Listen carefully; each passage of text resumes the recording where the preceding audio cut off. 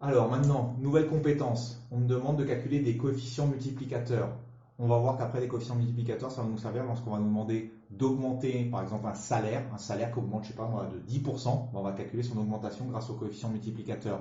Ou une réduction. Par exemple, quand vous allez faire les soldes, les rébarats, vous avez une réduction, je sais pas moi, de 30%. Vous allez voir qu'avec ça, on va pouvoir faire des calculs plus rapides. Pour l'instant, je ne vais pas vous montrer. Je vais juste vous montrer comment calculer ces coefficients multiplicateurs. Vous verrez après à quoi ça peut servir.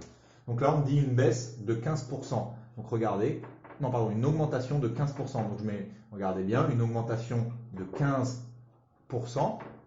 Bah, regardez bien, comment on calcule ça. On fait 1 plus le pourcentage d'augmentation, 15%. Si vous prenez la calculatrice, ça va vous donner 1,15. Maintenant, on me dit une diminution. Donc, vous avez vu une augmentation, j'ai fait 1 plus le pourcentage. Et bien, quand on a une diminution, donc là c'est une diminution de 30%, et bien je vais faire 1 moins le coefficient, moins le pourcentage, pardon, moins 30%. Donc je me retrouve, si je prends la calculatrice et je fais 1 moins 30%, je vais me retrouver avec 0,7. Ensuite, une augmentation de 5%. Donc regardez, je mets augmentation de 5%.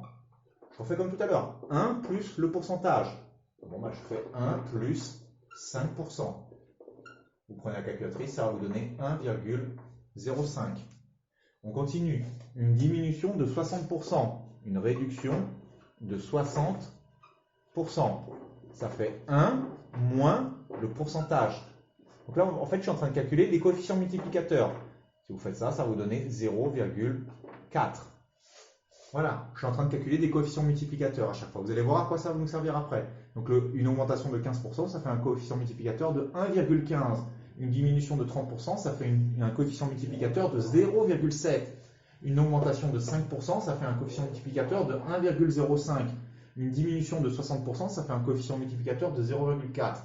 On s'aperçoit déjà que dès que c'est des augmentations, le coefficient multiplicateur il est supérieur à 1. Dès que c'est une diminution, le coefficient multiplicateur il est inférieur à 1. Allez, je continue. Une augmentation de 70%. 70%. Donc je le marque. Ça fait 1 plus le pourcentage d'augmentation. 1,7. Diminution de 45%. Diminution de 45%. 1 moins 45 sur 100.